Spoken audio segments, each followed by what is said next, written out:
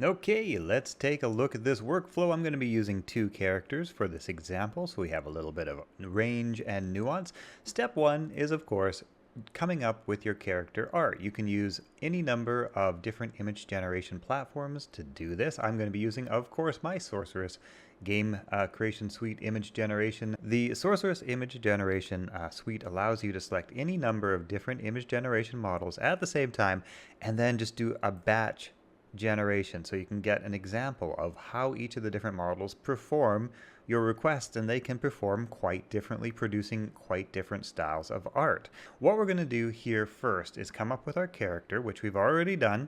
We've got this knightly Viking character, not really a knight, more of a Viking character, and we've got our little cute hat poof guy.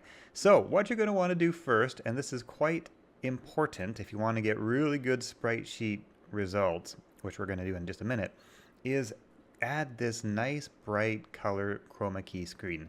So in this example, I've said bright green screen solid color code.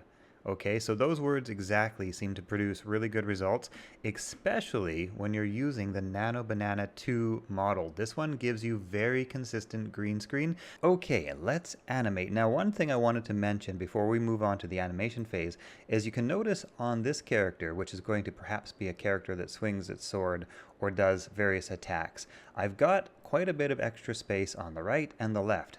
This is to give space for the animation. If he swings his sword, he's going to need some space in front of him to do so. So for this generation, I've used the 4:3 image aspect ratio. This guy here, he's not going to be swinging his sword. He's just going to be walking around. So I've put him into a square. That's perfectly fine. Okay, let's move to animation. I'm going to grab this guy and send him on over to our video generation page. Can be accessed up here. You can also download the image and then upload it from the video generation page. But for quick convenience, I'm just going to send over to video generation. That preloads it into my reference image area. And what I'm going to say here is walking in place. Walking in place tends to give pretty good results, but the important thing here is that I'm going to also select a duration of 1 second using the Grok Imagine video generation model. This is a feature unique to the Sorceress Game Creation Suite. The 1 second duration helps a lot when it comes to creating looping animations. What I've noticed is that walking loops, attack animations, jumping, whatever, they don't tend to take more than about 1 second of animation. Okay, so I think we've got some pretty good options here. I ended up adjusting the prompt a little bit and added with the slow stride of a knight in heavy armor, and I think that produced more of a kind of armored character style of walking gait. Otherwise, I was kind of getting these slightly too, let's say, carefree walking animations. I also added one here. This one is standing idle breathing, no visual effects. Grok did put a little visual effects with the breathing animation, but I'm probably just going to cut that out or just leave it. It's actually not too bad. It's kind of cool. Okay, so I've also added some character sword thrust attacks, and I immediately regret not giving myself a little more space to work with. We've got some pretty cool attack animations, but as you can see, there's not quite enough space for them. I probably should have generated these at a 16:9. The last one I was generating up was a sort of Street Fighter-like game, and the 4:3 aspect ratio was plenty enough for punching and kicking, but now that the character actually has a sword, as you can see, we're losing that sword off the top. Okay, easy fix. Just going to grab the character that I like, going to put it onto a, where is it, 16:9, and we're just going to regenerate, basically remake the same. And we'll get this onto a larger background. Remake the same, but actually, and make about 30% smaller. We'll make the character smaller and we'll give it more width. Okay, we've got our new walking animation, our idle, our sword thrust attack, and I actually found this nice little block attack that I thought looked pretty cool. Let's now move these on over into the sprite sheet processing phase. I'm going to select them all and then send over to Auto Sprite. This is going to allow me to process all of the frames from each of the videos, extract all of the individual frames, And now what we can actually do is use this corridor key, the perfect green screen removal system. This works extremely well. I'm going to run this on my local GPU, so it's totally free. As long as you've got a reasonable NVIDIA card, you can do this. And the green screen color key has already been auto-selected, and all I really need to do here is click on Process Sprites. We'll give this a minute or two, and we'll come back. Okay, so these have all now been processed. If I go ahead and I open one up and I take a closer look, we can see, well, if we zoom in really nice and close, we can see that corridor key green screen removal has done a really nice job with the edges. From here, I can actually choose to turn on frames, turn off frames, and prepare the canvas size in a different way. If, say, I wanted a different canvas size or a different fit of my character, see how it looks against the background. Yeah, and as you can see, that's just a very, very clean edge. Additionally, if I wanted to adjust the character's position within a frame, I could do so. I could figure out where I want it to be positioned. And the next phase that I like to do, now from here you could actually download that sprite sheet and have that ready to go exactly as you set it up, with some frames on, some frames off, etc. That's perfectly fine. You can also do what I'm going to do, and that is send these on over into the Sprite Analyzer tool, which is one step further down the pipeline. And what I'm going to do is select them all and send those to Sprite Analyzer. Okay, over here in the Sprite Analyzer tool, what we can do is we can detect the number of frames in our sprite sheet, and we can preview play how the animations are going to look. And the handy thing about this, let's zoom in a little bit, is that we can actually set and figure out really quickly and easily how to create a nice repeating loop cycle. So we kind of just add frames, remove frames, and look for that point where there is a nice loop. There we go, that's looking pretty smooth. It always seems to be a matter of taking a little bit away from the front, taking something away from the end, and eventually, usually, about 90% of the time, I find a nice smooth loop. Okay, I'm actually taking a look here and just noticing that the sword thrust animation has a little issue where the character is actually stepping forward and getting lower down in the frame. Luckily, I built in this auto alignment system, so if I toggle vertical only and click on auto center, it will straighten up that frame, either its height or its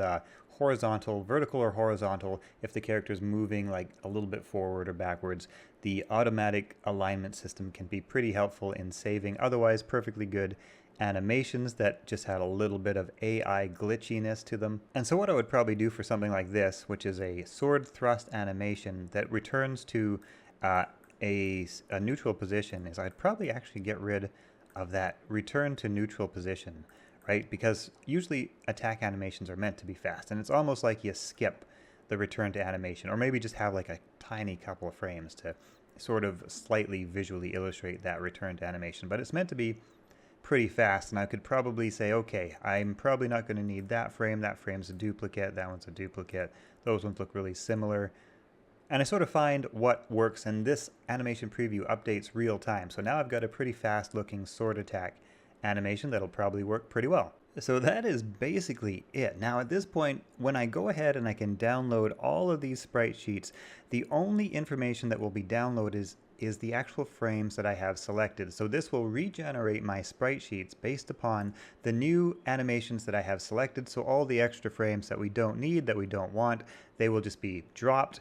And then what we've got down here is either this individual sprite sheet code or this multi-sprite sheet code, which contains all of the information about which frames I want to use, what the size of the frames are, how fast to play the animation, in this case 30 frames per second, everything that I've got set up in order to create the exact animation that I see in the preview. I can take this code, copy and paste it into my favorite vibe coding agent, and it will know how to set up these animations. So let's take a look at that. I'm going to head on over into my Wizard Genie editor. Wizard Genie is basically an early access available coding agent where we have access to all the different best coding models, from Opus to Gemini to OpenAI, etc. All the best ones are in here.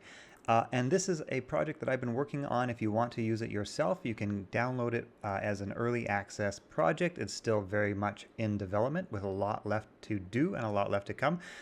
You can also use something like Cursor or Visual Studio. Whatever you use as your AI coding agent, that's fine. So what I'm going to do here is actually create a little folder called Viking character, and I'm just going to drag all the sprite sheets for my Viking character into this folder. And then I'm going to grab that multi-sheet code that tells the coding agent how to set things up, and I'm going to say, this is a 2D animated sprite sheet character that I'd like you to set up. Put it into a temporary environment, sort of like a daytime environment, just a placeholder stuff. And here's the sprite sheet code that you need to see in order to use it. Set up WASD for movement, and an attack key and a block key, and that's what that needs. So we'll give that a couple minutes to do its thing. Okay, and there we have our character floating. I'll need to adjust the positioning here, obviously. Let's see, we've got our attack cycle. Our block cycle plays a little bit slow, the animations, so I might want to tweak that a bit. Probably should add a jump as well, but that is the basic workflow for setting up an animated character. Now, there are also some additional things you could do. Now, this is sort of an illustrated style character, but in case you want to do something more pixel art, I actually have a tool for that too. So here we are over in the True Pixel tool, and basically I have uploaded the same video that I uploaded before. What this does is it actually converts our sort of bitmap image into a pixel art version of our image. Now this is of course set to a relatively low number of pixels. I'm going to start out by removing the chroma key so that we have just our character. We can preview and play and see how that would actually look as a sprite sheet animation. So I'm going to enable edge enhancement in this case because I feel like it's going to add some more detail to our character. We're at 64 resolution here. Let's give that a quick look and see. So we've got our pixel art character, and we can also increase that resolution. If we want a little more detail, we can just keep going up and up and up until we get something that actually looks almost like the original artwork. But then, like I say, however many pixels you want on your character, you can increase and decrease that. Now, this one looks like a blob at very low resolution, but depending on your character, these can actually look pretty cool with certain types of characters, these lower numbers of pixel resolution. You can, of course, set the exact number of pixel resolution to get, exactly what you're looking for. So in regards to detail for the kind of game that you're creating, there's also some cool preset color palettes that are built in. There's Pico, there's Sweetie, Game Boy. So you got some classic old retro looks in regards to templates. You can add dithering, you can add a bunch of different interesting effects to really get like that classic retro art style. This is True Pixel, and then the rest of the process is the same. Send to Sprite Analyzer and do the rest and get the character into your game. So that's great for characters and animations. How about individual art assets within your game? So here's a set of potions that I generated up. So I'm going to send these on over to Slicer originally because I just want to quickly slice out those potions. I'm going to do these on a grid. There's that horizontal grid, and then I'm going to do the vertical grid. Save all of those all at once, just like that. And then what I'm going to do is head on over into the AutoSprite version 2 tool, upload all of these really poorly cropped potion sheets. Doesn't matter, that's okay. AutoSprite is going to take care of what we need it to take care of here. First things first, of course, we're going to process all of these with corridor key. Then we're going to open up that job of 12 different images, all placed randomly and poorly in wrong positions. We're going to change our fit to be square, and we're going to change our preset to be tight. And then you have perfect ready to go icons. You can download the entire sprite sheet, or you can download them as individual PNGs. Gentlemen and ladies, I hope you've enjoyed today's video. Links to the Sorcerer's Game Creation Suite in the video description, as well as the Wizard Genie game engine. I'll see you all in the next video.